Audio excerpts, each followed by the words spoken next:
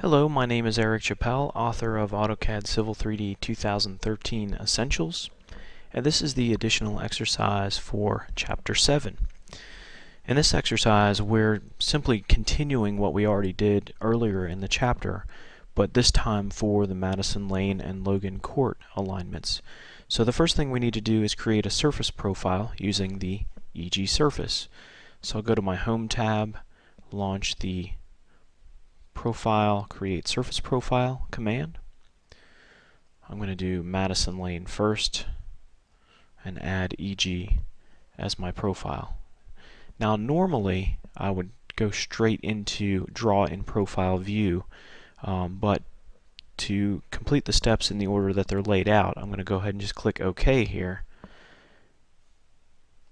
Panorama pops up and lets me know that I've created a profile. And then I'm just going to repeat the command for Logan Court. So I've created the profile, but I haven't shown it yet in the drawing. That's step 2. Step 2 is to create a profile view using the default profile view style and band settings. So I'll go to my profile view portion of the Home tab of the ribbon, create profile view. I'll select Madison Lane first, using all the defaults here.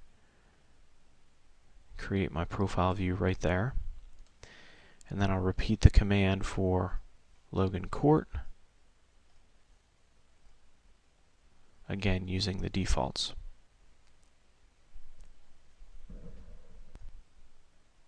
The next task that we're asked to do is to create a layout profile that roughly matches the existing ground profile.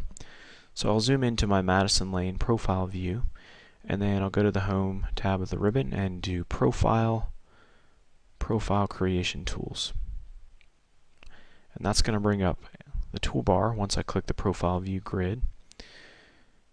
And I'm just going to go ahead and accept the defaults here.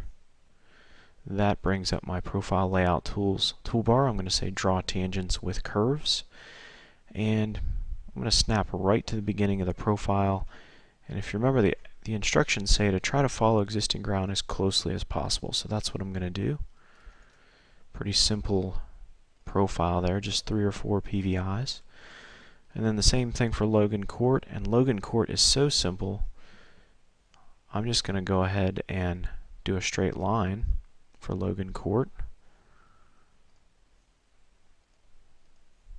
Even though I picked tangents with curves, because I'm only picking 2 points, it's just going to give me a straight line. Now I don't have to snap to the beginning and ending of the surface profile. It's just a good assumption to make that you're tying in at one end or the other, but if you need to be at a specific location, then by all means, you can tie in above or below existing ground. But that satisfies the next requirement, which is, again, to create a layout profile that roughly matches the existing ground profile. The next task that we're asked to do is to round off the station and elevation values for each PVI. Since we're in the imperial dataset, this is going to be to the nearest 5 feet for stations and the nearest 0.5 feet for elevations. So what I'll do is click on the Madison Lane profile first, and let me back up a few steps. I'm going to click on Madison Lane, I'm going to click Geometry Editor and then Grid View. That brings up my alignment data in Panorama. And now I can see my first station is very close to 3 plus 50, so that sounds good. 3 plus 50. Now I want to round to the nearest 5 feet, so this one's going to be 6 plus 80. And by the way, you can just type in 680, and that works fine. And this one looks like it's going to be 965. Now for the elevations, we want to be to the nearest half a foot. So I'm going to go ahead and do the beginning one even and do that at 193. This one will be 190. This one will be 173, and this one's going to be 180.5. Now, of course, your numbers are going to be different because our first attempt at drawing the profile, it was kind of freehand by design, so your numbers may come out slightly different. You may even have more or less PVIs than I have. And now we'll go to Logan Court, do the same thing. So again, I'll click Geometry Editor, Profile Grid View, This one's pretty easy because it's already rounded off for the stations. For the elevations, this is going to become 174, and this is going to become 175. Alright, so that satisfies the requirement of having rounded values for stations and elevations. The final task is to make sure that the profile meets the criteria of the subdivision design check set. So how do we do that? Well, we'll start by going to Profile Properties,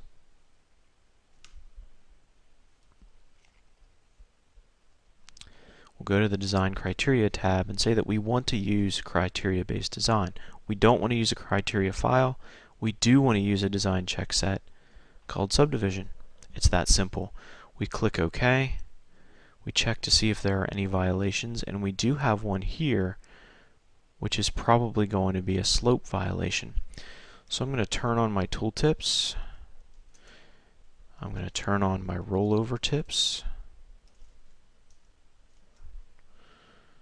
so that when I hover over this marker, I actually do get some information.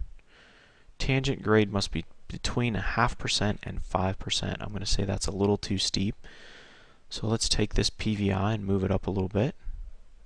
Turn off my O-stop so I can kind of run freehand here.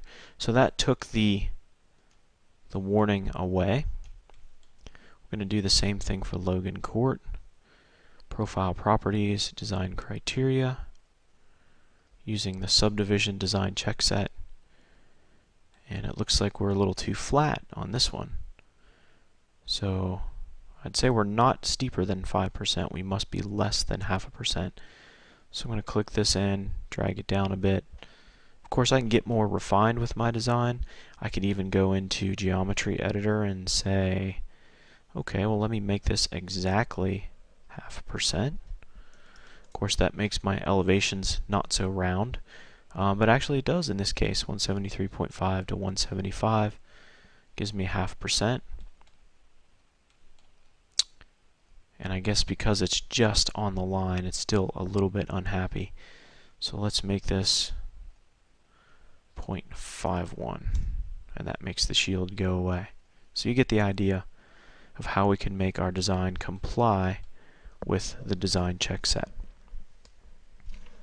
So that takes care of the additional exercise for Chapter 7.